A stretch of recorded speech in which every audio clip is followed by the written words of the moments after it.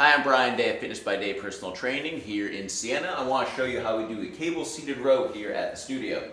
So, set the cables up, brace your feet against the post that goes across the bottom, grab the handles nice and tight, pull the cable system back so you just get that weight stack lifted a little bit off of the rest of the stack, the portion you're not using. Sit up nice and tall.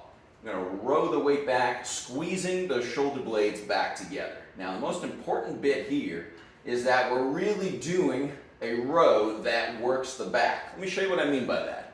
You can do a row that just only uses your back to brace your torso or brace your shoulders while your arms do all the work. Conversely, you can do a row without even using your arms at all, just by pulling those shoulders back. What we really want here is both. We want a row that those shoulders are being drawn back without shrugging. The shoulder blades are being drawn back together towards each other with each repetition. There's a little bit of tension where you're keeping the shoulder blade pulled down slightly towards your rear end, just to keep a little downward tension there so you're not rolling those shoulders upward.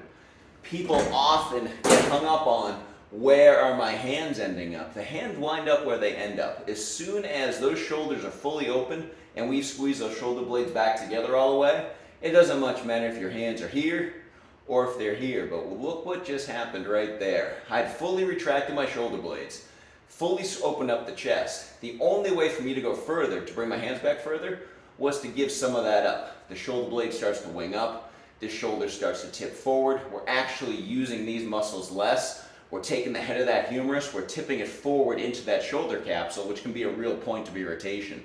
So to avoid injuring or irritating your shoulders and to get the most out of your back work, the arms are along for the ride. Yes, we're using them. Yes, you're working your grip. Yes, you're working your biceps, but this is a back exercise. And this is true whether it's a mid-low, row-low, high row, any way you're rowing. Make sure you're opening up the chest. Make sure you're getting those shoulder blades back together. You can kind of picture them. They're actually, your ribs go around. They're actually wrapping around, sliding over that rib cage and coming in together and coming back out. And then also they're keeping just that little bit of tension, pulling those shoulder blades down towards your buttock so that you're not getting any of this as you're rowing. It's all rowing back and squeezing.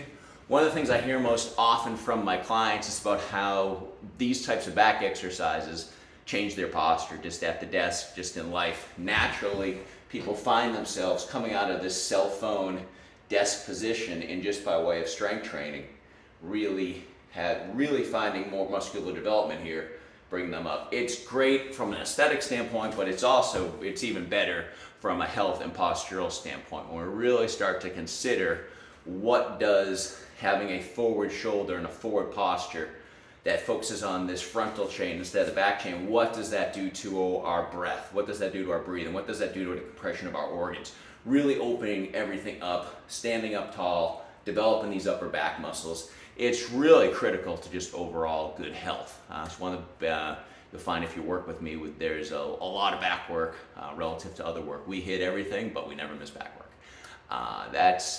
Anytime you have any questions, please feel free to reach out to me. I'd love to have you here to the studio in Siena. Reach out to me. You'll find me at fitnessbyday.com. Thank you very much.